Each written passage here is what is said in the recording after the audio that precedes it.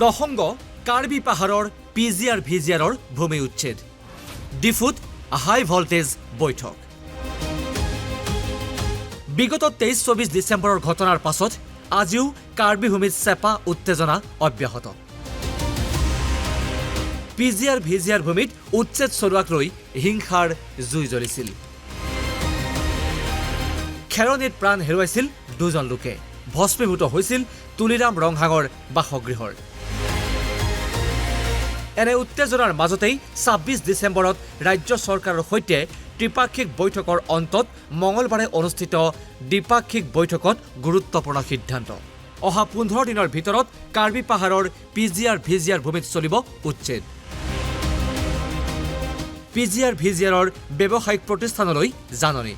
ন্যায়ালয়ে স্থগিতাদেশ জাৰি কৰা 339টা পৰিয়ালৰ বাদে সকলোলৈ উচ্ছেদৰ জাননী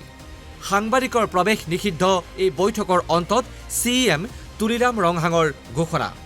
5 জানুৱাৰীত উচ্ছেদ সন্দৰ্ভত গুৱাহাটী হাইকোৰ্টত শপতনামা দাখিল কৰিব পৰিষদে 5 তাৰিখে গুৱাহাটী হাইকোৰ্ট খোলাৰ লগে লগে যে কাৰ্বি আংলং অটোনমাছ কাউন্সিলৰ পৰা এফিডেভিট এটা দিব যে পিজিআৰ ভিজিআৰৰ লেণ্ডটো ইভেকশ্যন কৰিব লাগে বুলি সেইটো নম্বৰ 1 তাৰপিছত 339 তেওঁলোকৰ হাইকোৰ্ট গৈ ৰিট পিটিশ্যন দিছে তেওঁলোকৰ প্ৰিন্সিপাল ছেক্ৰেটাৰী ওপৰত যিটো নেকি নটিফিকেশ্যন সেইটো চেলেঞ্জ কৰাৰ কাৰণে তেওঁলোকৰ ষ্টে অৰ্ডাৰ লৈ নিছে তেওঁলোকৰ সেই প্ৰিন্সিপাল ছেক্ৰেটাৰী যিটো অৰ্ডাৰ দিয়াটো ছাছপেণ্ড কৰা হৈছে গতিকে যিবিলাকৰ আছে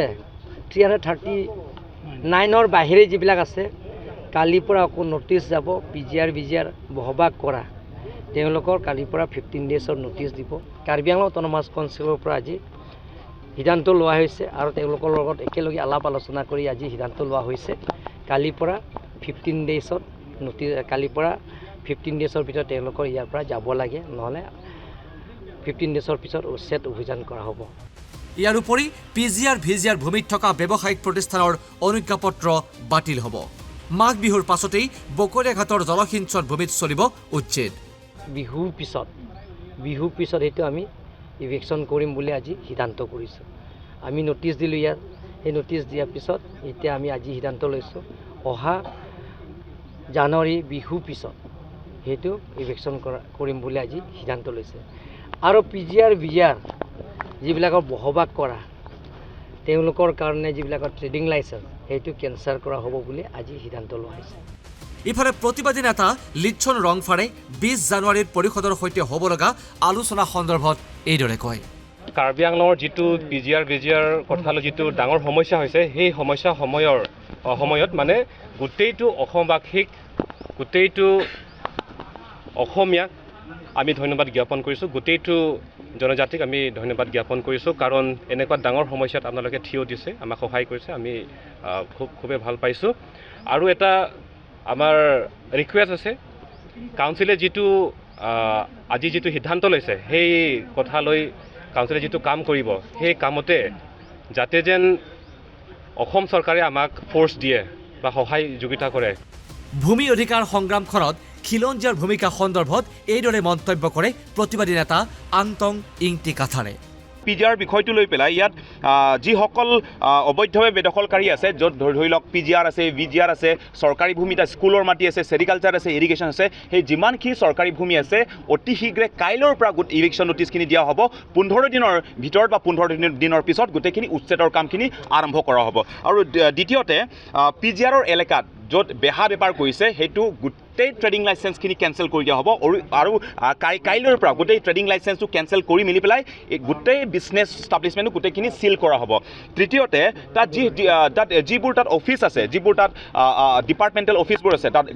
বেংক আছে তাত পুলিচ ষ্টেচন আছে তাত স্কুল আছে ইৰিগেশ্যন অফিচ আছে APDCL অফিচ আছে সেই যিমানখিনি তাত অফিচবোৰ আছে সেই গোটেই অফিচবোৰ সেইটো অন্য ঠাইত চিফ্ট কৰা হ'ব অৰ্থাৎ এইখিনি অফিচ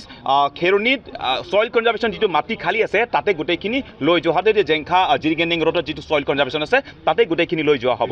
আৰু ৰিলোকেট কৰি দিয়া হ'ব আৰু ইয়াৰ পাছত তাত PGR এলেকাত তাত যিসকল লোকে তাত অবৈধভাৱে বসবাস কৰিছে আচলতে তাত গোটেইখিনি সেই মাটিবোৰ যিবোৰ খালী মাটি আছে সেই খালী মাটি আচলতে তাত কোনো ধৰণৰ খেতি কৰিব দিয়া নহ'ব তাত ধান কুঁহিয়াৰ বা কোনো ধৰণৰ খেতি কৰিব দিয়া নহ'ব তাত গোটেইখিনি ডিমাৰ্কেশ্যন গোটেইখিনি বাউণ্ডেৰী ফেন্সিং কৰি মিলি পেলাই তাত অতি শীঘ্ৰে তাত গছ ৰোৱা বা এফৰেষ্টেশ্যনৰ কামখিনি তাত আৰম্ভ কৰা হ'ব সেইটো কাইলৈৰ পৰা গোটেইখিনি টেণ্ডাৰ প্ৰচেছ বা গোটেইখিনি কাম কাজখিনি কাইলৈৰ পৰা গোটেইখিনি আৰম্ভ কৰি দিয়া হ'ব ইফালে কাৰ্বি আংলঙৰ লাংহিনত অনুষ্ঠিত হৈ থকা বড়ো অগ্ৰণী সংগঠনসমূহৰ বাৰ্ষিক অধিৱেশনৰ সামৰণি অনুষ্ঠান বাতিল কৰা হয় যেহেতু এটা কাৰ্বি আংলঙৰ পৰিস্থিতি লৈ আমি এই অধিৱেশনটো আমি বাতিল কৰিবলগীয়া হৈছে আহি থকা যিখিনি দিনত আমি আলোচনা কৰি আকৌ সুযোগ সুবিধা চাই আমি আকৌ এই অধিৱেশন আৰম্ভ কৰিব পাৰোঁ নেকি যিখিনি আমাৰ কাৰ্যসূচী আছিলে খেৰণী কাণ্ডৰ শেহতীয়া পৰিস্থিতিৰ বুজ ল'বলৈ মঙলবাৰে অসম বিধানসভাৰ 11জন বিধায়ক উপস্থিত হয় খেৰণীত ভুক্তভোগীৰ সৈতে মত বিনিময় কৰে দলটোৱে বাকী আৰু চৰকাৰৰ লগত আমি